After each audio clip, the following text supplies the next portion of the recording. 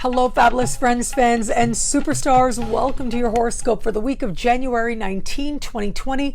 I am your astrologer, Nadia Shah. Thank you for being here. What an amazing week it is. We have an active and fabulous sky playing out for us right now. And it is this week that, as we start the week, the sun moves into the sign of Aquarius. So happy birthday to all the Aquarians out there. But the energy really starts to kick up as we get late into the week. Thursday, Friday, Saturday, that is when the concentration of energy is taking place. So the big news really is, of course, the new moon.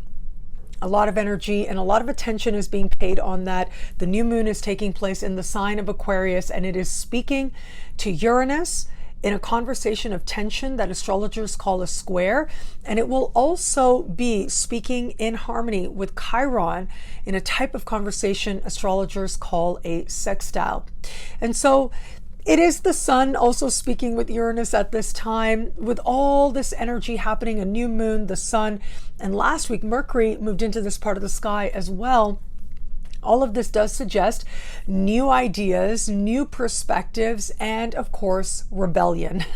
It is Aquarius that is the sign of the more rebellious side that we all have, the more individualistic side, and yet humanitarian side. So there's this interesting dichotomy that plays out with the sign of Aquarius. But with that connection to Uranus, it does suggest that we should see some particularly eccentric or unexpected statements of individuality, but also interconnection at this time. It is going to be the people, and of course the people is not necessarily a monolith. No people are a monolith. However, it is going to be at this time that we may very well see uprisings take place for people who otherwise don't feel heard or don't feel seen, to be stating how it is that they would like to be acknowledged, to be in some way exercising their ideal of free speech, of free assembly. All of those are covered by this energy, and it may come together in ways that are rather unexpected.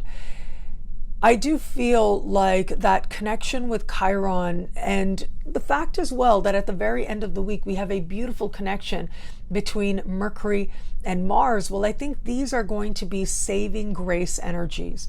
It is going to be these very energies that welcome in a perspective of healing. That's the Chiron. It is going to be Mercury speaking with Mars, and Mars right now moving through the sign of Sagittarius. Well, it is going to encourage conversation and welcoming in different perspectives, having that sense of many and others coming together to join as one. There's a sense with this week that there's a lot of hope. We've got a lot of hopeful energy this week, thanks to Venus and Jupiter and Neptune, which I'll talk about in just a moment. But at the same time, it may be a moment where some people are voicing discontent. Now, how is it that we can still listen to each other? That's going to be part of the opportunity at this time. And it is in listening to each other that ultimately we'll not only find common ground, but we'll also find more peaceful ground under a sky like this. You know, I'm currently on a boat. I'm on a cruise right now. It's the last day of the cruise, and the ship's been a rockin' lately. I was really hoping to record this video outside so you can see the waves and everything, but the wind was just too strong. It was not cooperating. But what brought me to this cruise is an onboard event taking place where we have discussed and explored the recent conjunction that took place between Pluto and Capricorn. Truly big news that happened late last week. But this is energy that we've been talking about, and I've certainly been talking about with you. I'm thinking about the 2019 year ahead video I put on YouTube, the 2020 year ahead video that I put on YouTube, where we dived into this symbol, and we'll continue to dive into this symbol more and more. But I spoke about how the kind of sky that we're seeing, this conjunction of Saturn and Pluto, the last time this happened, it did represent a shift in world power and who has the power, who has that ball that leads world culture, really. And it is now that a transition is taking place, and we are going to start to see slowly in the weeks ahead what that next wave is going to look like, that next understanding of world power and of individual power. What is that going to look like? The difference now between now and 500 years ago is that now we are on the precipice of fully being immersed in the age of Aquarius. And so when we think about the ages tend to last about 2,000 years or so. And so we are ending the age of Pisces and we are entering the age of Aquarius. And this is something that, it doesn't happen with a snap, like a light switch turns on and all of a sudden you're in a brand new age. There tends to be a transition time frame that takes place. But we can say, certainly astrologically speaking, once we get to 2023 and Pluto begins to enter the sign of Aquarius, then we will fully be immersed in the new age of Aquarius. And it is now that we are going to start to get a little bit of taste of what that looks like, starting right now and in the years ahead, as Saturn will this spring step into Aquarius, and Jupiter will at the end of the year with Saturn step into Aquarius, and so on. But right now, for this week, right, bringing the energy back, I feel like this is a powerful moment in and of itself. It is the first major celestial event to take place after the conjunction of Saturn and Pluto. This new moon is the first major celestial event to take place that is going to help bring about an awareness of what it is that is wanting to emerge now. And so it is important to pay attention to what's happening around the world, what's happening in our communities as well, what's happening within our culture, because it is going to be these very areas where we get some very powerful insights into what a changing definition, a changing understanding of power actually looks like for us, and where it is that we can listen to each other. I mean, really, if you feel something, it's valid. You feel it. Now, can we listen to each other as we talk about our feelings? Because it is in listening that ultimately we can find common purpose. We can find common ground. Well, it is going to be Mars and Mercury that remind us of the importance of listening to each other. But yes, with a sky like this, chances are a lot of us are going to be surprised by a spirit of conviction that arises. Surprised by our own rebellious natures, our own sense of where it is we want change, and we want change right now. Our own sense of changed perspectives, not only of ourselves, but of our future and the future that we are moving towards. It is a significant time, of course, but personally speaking, for each one of us, on an individual level, it is awakening times as well. Times when we are getting new insights into ourselves and our wants and our desires. And perhaps freedom is one of those very fundamental things that defines what it means to be human. That is going to be part of what emerges now in more and more people. Now, what freedom means to everyone, well, it means something different to each person. But whatever that may be for you, you can expect it to awaken in some way right about now. Now, also this week, we are going to have some interesting energy playing out in the sign of Pisces. Venus is going to speak in harmony with Jupiter. And Venus right now is especially strong as she moves through the sign of Pisces as well. And so I feel like that Jupiter-Venus energy, that is a very hopeful energy in a sign that has to do with dreams and wishes.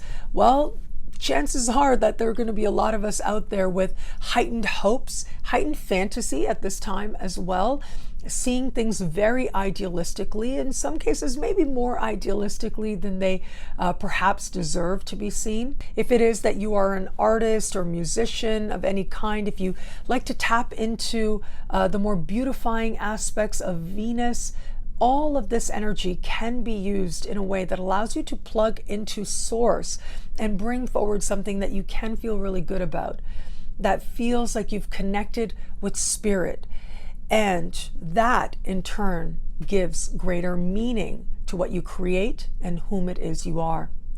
What I love about this week for us, well, look, there's so much here, but I am going to say, I love that energy of Venus and Jupiter. I feel like that energy is healing, it's dreamy, it's compassionate. I, for one, am very, very excited about the fact that Venus is moving through the sign of Pisces. I spoke about it at length last week as well. But at the same time, of course, the more dominant energy is going to be that new moon. That is going to be the energy that more people are feeling. And that is going to be the energy that is inspiring us to make a change, to start fresh, to consider where it is that we are ready for brand new chapters in our lives. And sometimes embracing the new, because it is unfamiliar, well, it can be a little bit scary. And of course, understandably so. But change can also be really exciting, especially when it moves you towards the freedom of being more and more you than you knew you could be before. That in turn is a more authentic existence and a more authentic self promised to all of us in our own individual journeys right now. Well, thank you so much for watching. What do you love about this week? Let me know in the comments below. I love reading you guys. And of course, if you want to know how all this wonderful stuff this week speaks to you and your sign, log on to nadiashaw.com. Sign up to be one of my superstars. Superstars get expanded exclusive video scopes each and every week, unlimited access to special horoscopes, and so much more. All of this in the superstar space. I look forward to meeting you there. I have a very big event coming up this week, right around the corner. I am going to be in New York City. As I said, right now I'm on a ship. I'm gearing up to get off the ship in the morning, and I will head straight to New York. I have an event happening on Tuesday, which is a ticketed event. It is almost sold out from what I understand. A limited amount of tickets may be available at the door, but if you want discounted tickets, you will have to purchase them in advance. Thank you so much to everybody who has gotten tickets. My books are available at discounts as well if you purchase it in advance with your ticket, or you can purchase it on site for there is a discount as well, $20 on site, $15 in advance. Advance tickets are $20 and at the door $30. So however it is that you find your way to the New York Theosophical Society, and it's hosted by Gotham Astrology, I would love to see you there. It'll be great to meet friends and fans, and I'm really looking forward to the experience. I haven't been to New York in about 20 years now, so it'll be really nice to be back, and to be back in so much love with an almost, at this point, almost sold out, expected to be completely sold out at time of the event. Thank you. Just thank you so much for all the love that you share.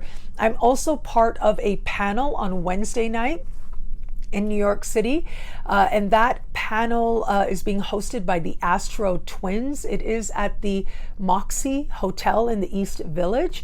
And so that'll be a lot of fun as well, to be with my fellow astrologers and just be talking and hanging out and sharing perspectives, especially about the year coming up. I think that's going to be a lot of fun for us to share also. So whether you can come to both events, whether you can come to one. Now the event at the Moxie is it requires an RSVP, so check out the links in the description below. And regardless, if you come to both or one, either way, you would be very welcome. And thank you so much for your love and for your trust and so much more. The next really big event I'm going to have, well, I've got a lot of amazing events coming up, but I am going to keep this video kind of short because I am on a boat. I might have mentioned, I think that's the third or fourth time I've mentioned that. But what are the events coming up? Well, in the end of March, I'll be in Istanbul. In the beginning of April, I'll be in Bangkok. And I am going to be at astrologyrisingcostarica.com, a huge event in Costa Rica that is going to be taking place with world-renowned astrologers. I know that a lot of people on the ship right now are really excited about it as well. And so it'll be great to meet people I've met on the boat there, but also new people as well. There's a lot of enthusiasm for that. Again, I will be one of many astrologers there, and again, big world-renowned astrologers that I will be sharing space with. And will be teaching as well. So I would love to meet you in Costa Rica also. May is a really big month for me. I'll also be in Toronto. I'll be in Seattle Memorial Day weekend, and then I'll head to Las Vegas. So that's the plan. September in Colorado. So lots of events coming up. And of course, my book, the new book, The Body and the Cosmos, you can find that on Amazon. Thank you for all the love that it's gotten. I would very much welcome your positive review on Amazon if you've read that book, because I know quite a few people have gotten that, and thank you in advance. And my next book, Prayers to the Sky, well, that'll be coming out. I'll let you know. I'll let you know when that's coming out. Thank you. Thank you so much for this moment with you. Thank you for your trust. Thank you for being here. I truly am so grateful to be some part of your sacred journey. And for you being here allows me to live my mission, which is to affirm in the world that the universe is wise and loving. And for that, I am truly so very grateful. Thank you. It'll be a great week. Enjoy.